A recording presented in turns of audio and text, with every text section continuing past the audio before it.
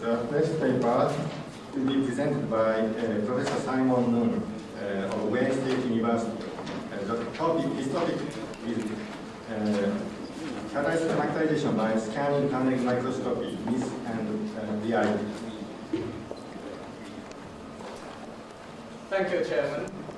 First of all, I'd like to acknowledge the financial support from National Science Foundation over the past few years on this particular project, and also General Motors and Ford Motor Company. And also take this chance to appreciate all the hard work and patience of my graduate students and postdocs in taking all these painful STM images. Next slide, please. Now, what I'm going to do today is give you a very brief introduction and also talk about in general, what the myth that we see about these STM techniques.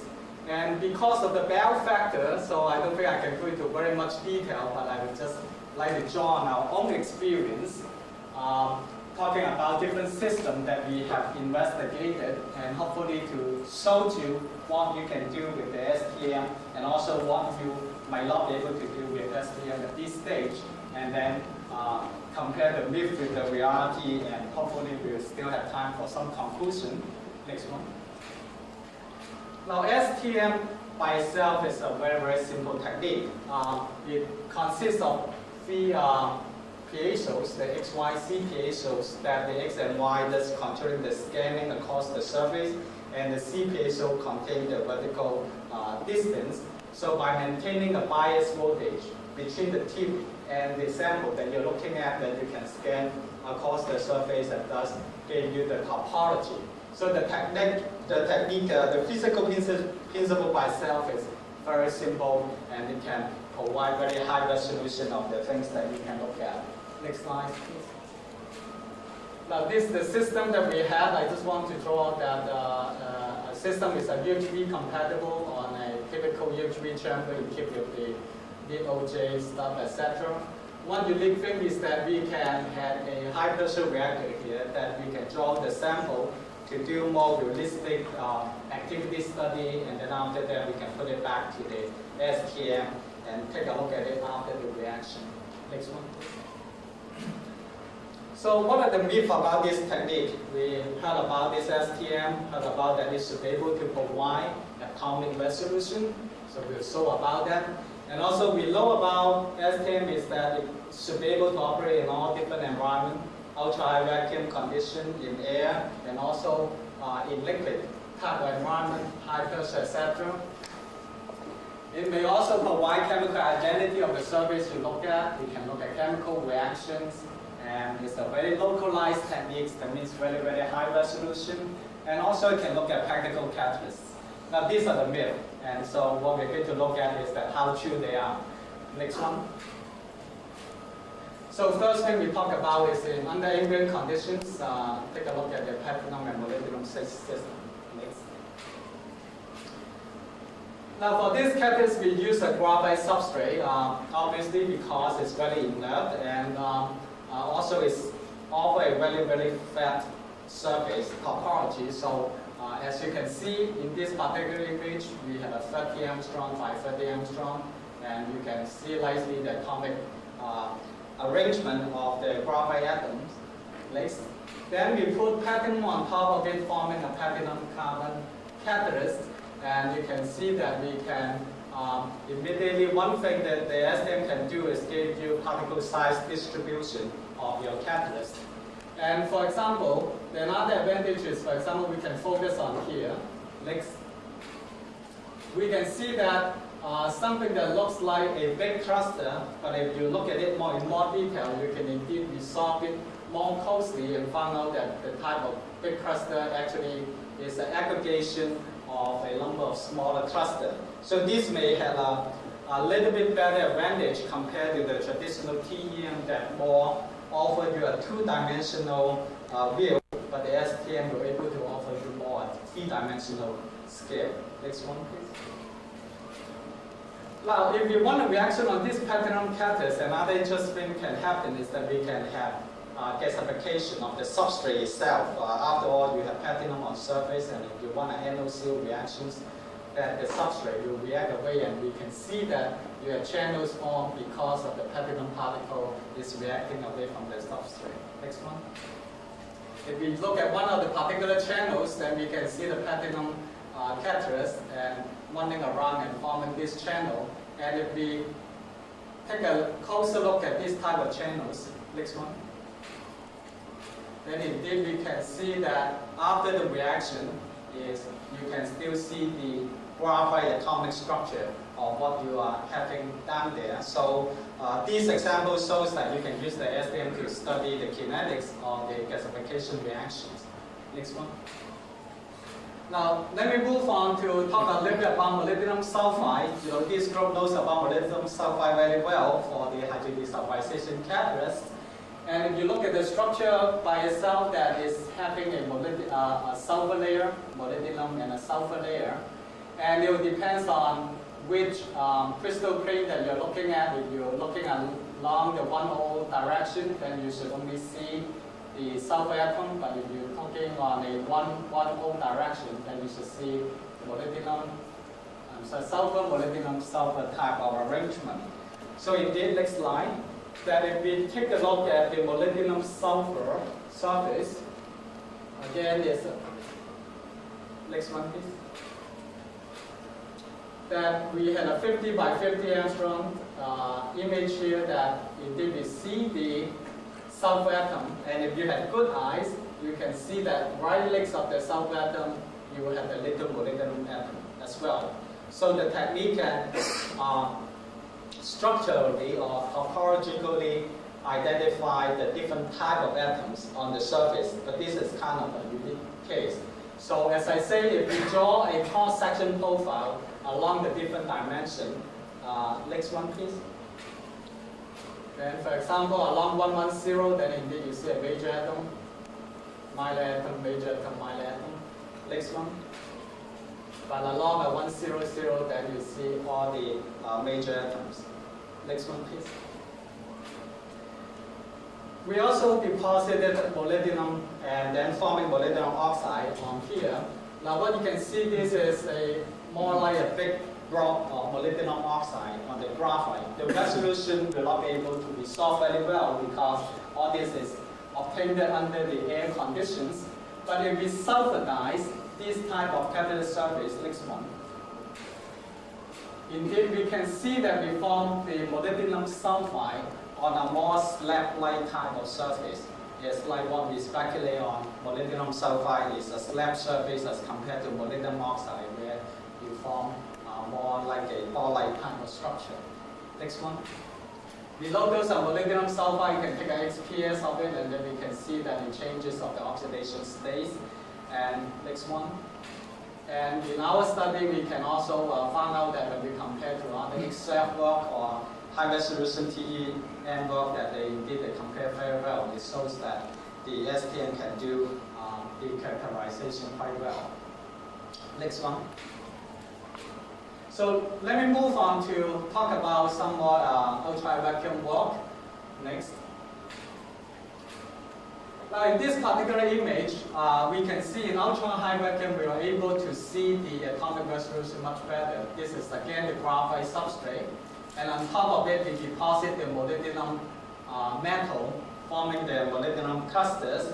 And if you see this particular image, it's a kind of fuzzy, it's not very well organized. But if when we undo this particular sample, next image, then what we find that the cluster itself will become much more organized. And also the other interesting thing is that you look at this type of cluster, it's formed more like a triangular shape than the usual spherical shape that you come to anticipate. Now you can see this one triangles, this is other triangles, and they also pointing at different directions, so we know that it's not an artifact that's induced by the tip itself. But if you compare that to a higher, bigger size of the cluster, then this is more spherical shape. So what that implies, next image, is that when you are under a certain critical size, in this case we find to be below like 20 angstrom, then the molybdenum, even with a graphite support which is supposed to be very long interacting, the molybdenum cluster also follow the feeble symmetry of the graphite itself, so forming an equilibrium shape of more triangular as compared to a more spherical. So what this kind of information can tell us is that if we want to produce something with more edge size and corner size, then that means for the molybdenum graphite, then you should really go for very, very low loading to come up with this type of triangular shaped cluster. Next one, please. Now the other application that we can look at on the STM is that we can actually follow the motion of these clusters, and then we can calculate the diffusion coefficients of this cluster on the surface, and from there, of course, we can understand better about the sintering kinetics of the catalyst particles. So in this particular image, you can see a cluster A, cluster B, next one. And then you see another few minutes later, we see a new cluster coming in, next one. And then another few minutes later, then the other cluster is going away. So you can follow the motion of this particular cluster. And of course, for people that know about STM, that we know there's also a thermal drift that's happening on the surface. Next one, please. So if we look about the trajectory, monitoring all these different clusters, but we will, because we know the thermal drift, so we can take a bigger cluster as the reference point. Next one. So by doing so, we can have a relative motion of the different clusters. So we can look at the cluster B and C and see the relative motion to A. Next one. And doing that, then we can plot out by using this diffusion coefficient equations, then we can deduce the diffusion coefficient of the cluster B and C to be the order of the 10 to the minus 16. So this kind of number, it's 10 to the minus 19, this kind of number compares very well with other techniques that determine the diffusion coefficient. Next one. Now here comes to the first fail and also something more interesting one.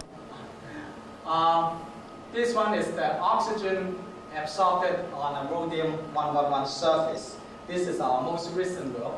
Now in this particular image, this is a rhodium-111 surface. We don't really see much corrugations. Okay? And then at this time, we start to emit oxygen. Next slide, please. Now this is the interesting figure. Let me guide you this, is that we're scanning from the bottom, go up like that, and the whole thing takes about 3 minutes. So let's divide this into 3 segments. In the bottom, it's like our previous image, we don't see much. But after a minute or so, you can start to see that oxygen islands start to form, as indicated by this thin road of the oxygen atom. And then finally, in the last part, then you see that all these rows of oxygen islands on the surface. Next image. So if you take this image again, now you can see that the whole surface is being covered by the oxygen island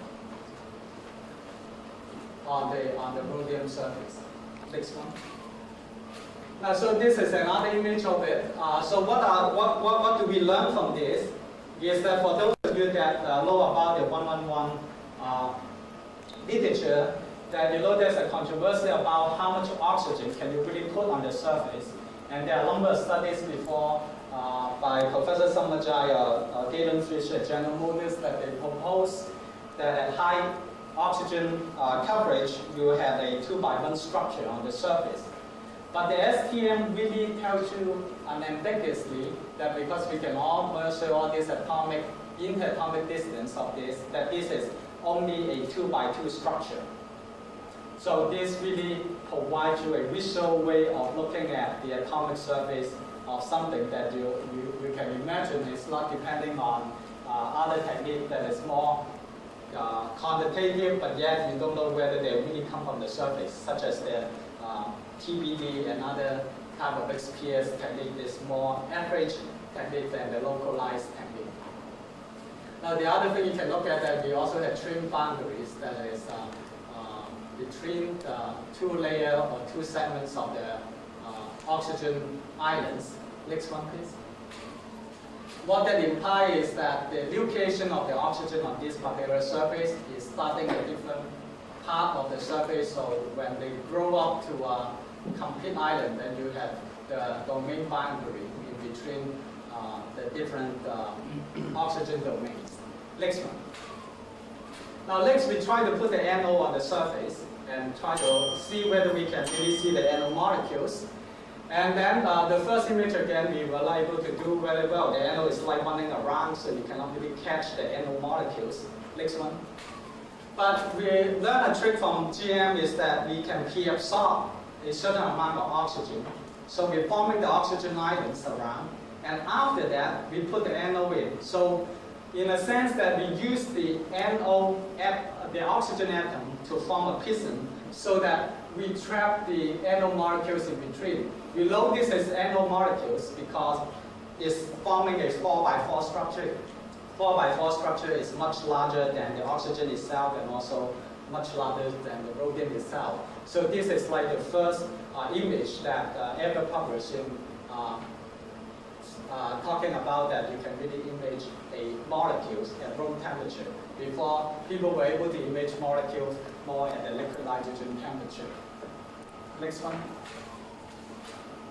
So, okay, final set of the things I want to show you is that we can also look at NO-CO reactions. Again, this is the oxygen surface on the rhodium. Next one. And now we put CO on it. At the beginning, then the CO will start reacting away and forming the holes on it. And then, after 2 hours, let's see what happened. Next line. Next one. Then you see much more holes on the surface. What that means is that the CO is getting away the oxygen from the surface and forming all these holes. So again, you can use this technique to monitor or actually visually see how the reaction is going and calculating the CO-oxygen kinetics. Next one. So the myth and the reality, that's my conclusion. Atomic resolution, yes and no, it really depends on what type of materials that you're looking at.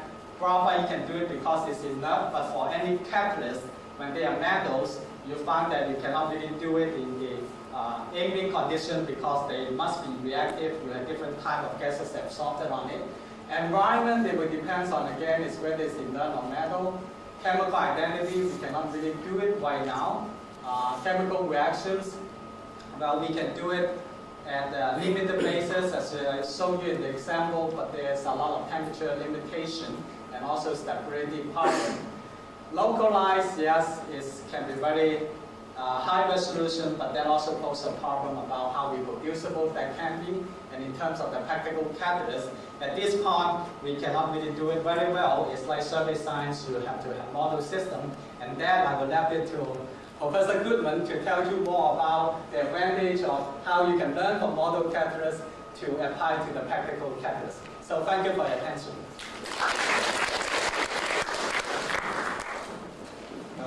I'm afraid we have only a brief discussion. Are there any questions or comments?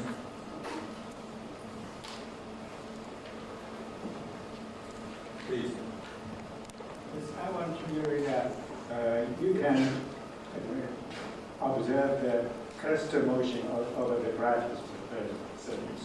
And my question is that do you examine the surface reconstruction when you study oxygen on the rhodium?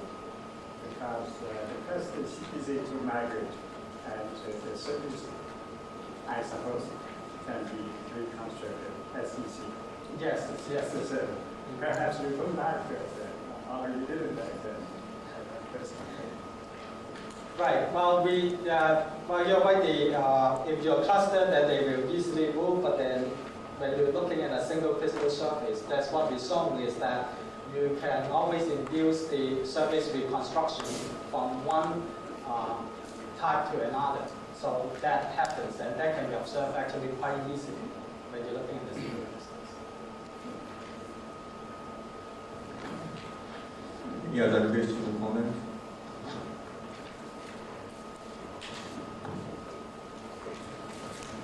Will it be possible to study catalytic reactions in in situ conditions? Yes, I mean, like Professor Majai did some work on that. I think right now the temperature limit is about 150 degrees that you actually observe the reaction. Now, if you can see in my data itself, we can see the CO oxygen reactions, but that is like at room temperature. Okay, so the question is that, you know, what kind of temperature range are they interested in? Yeah, but I think it's possible. That's what the variable temperature is the end that they've been developed right now. In the interest of time, we have to stop discussion. Thank you very much.